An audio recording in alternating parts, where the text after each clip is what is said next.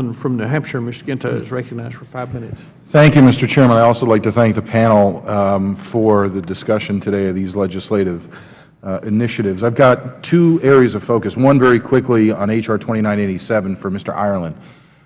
Can you specifically state how many institutions H.R. 2987 will benefit at present? I haven't had the time to go back and examine the historic call report or reports. It's not call reports, it's the holding company reports that you'd have to look at to identify those. I understand that there are at least 2 of them. Yep. And I don't think the number is what really matters. I think the statute is just drafted wrong, and you want to fix that glitch in the statute. That's not the way you ought to draft grandfathers. And they've grandfathered the instruments. They don't want new trust preferred issued, but the institutions that have issued them, whether they're above or below $15 billion, is a completely separate issue and doesn't promote in any way evasion of the purposes of the capital rules. Okay. Thank you. I want to move on to a different issue now on 2287.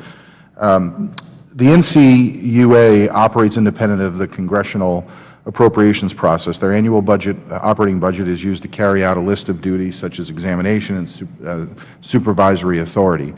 However, a substantial portion of NCUA operating budget is funded by a fee from federally insured credit unions across the nation. This fee is based upon the prior year asset balance and rates that are set internally by the board. Our federal agencies, I think, need to be transparent. They need to be accountable. I don't see much problem with that. I also took a look at the budgeting over the last decade, and it appears, for the most part, that the budget has gone up. I took a look at the testimony earlier this year on July 24th, I think it was, by Ms. Matz. And I want to talk about that testimony a little bit.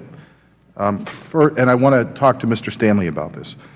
Back on that date, she testified, and I believe the gentleman from Georgia, Mr. Scott, was asking the questions. And she made a statement, and the statement was this: I don't believe that the credit unions necessarily represent the members. And if they did, they wouldn't be asking us to cut our budget, because I think the members would like us to protect their life savings and would like us to have the resources that we need to do that adequately. That was her statement. I, in full disclosure, am a member of a credit union. I wonder if I could ask you, first, one question. Do you know a woman by the name of Barbara Cunningham? Do you think Ms. Matz knows Barbara Cunningham? Oh, sorry, I couldn't say, but possibly not, yeah. I'll tell you who Barbara Cunningham is. I know her. She's the loan officer at St. Mary's Bank, which is the oldest credit union in the nation, that helped my wife and I get into our home. I trust her. I don't trust a faceless bureaucracy in Washington. So I have significant problems with that one statement that Ms. Matz made, because it suggests that the bureaucracy in Washington cares more about me than the person who lives in my community, who works with me to try to find a way to get a mortgage for a home for my wife and my 2 children. That is the fundamental problem I have with this notion that Washington knows better than people back home. I served as a state rep, I served as a mayor, I served as a city alderman.